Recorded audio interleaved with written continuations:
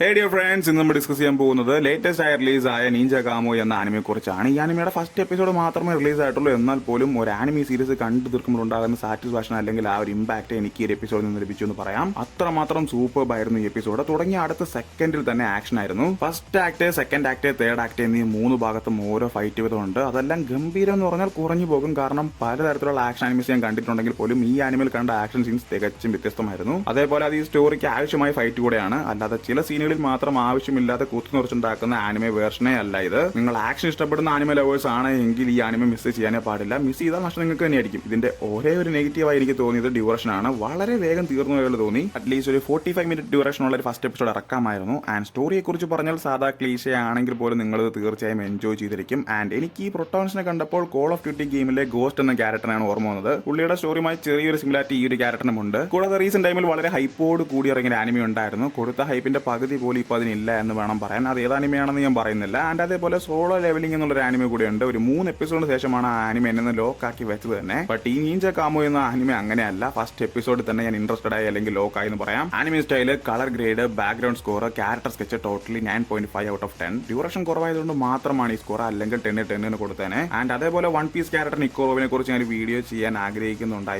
ചെയ്യുന്നുണ്ട്. Already character video എല്ലാം complete ആക്കി വെച്ചിട്ടുണ്ട്. ഒരു 2 ദിവസത്തിനുള്ളിൽ തന്നെ റിലീസ് ആക്കുമായിരിക്കും. So that's all today guys. ഇതേപോലുള്ള ആനിമെ വീഡിയോസ് നിങ്ങൾക്ക് ലഭിക്കാൻ വേണ്ടി please subscribe my channel and share this video to your anime friends. By. ഒന്നും കൂടെ ഞാൻ പറയുന്നു, don't miss this anime. Take care.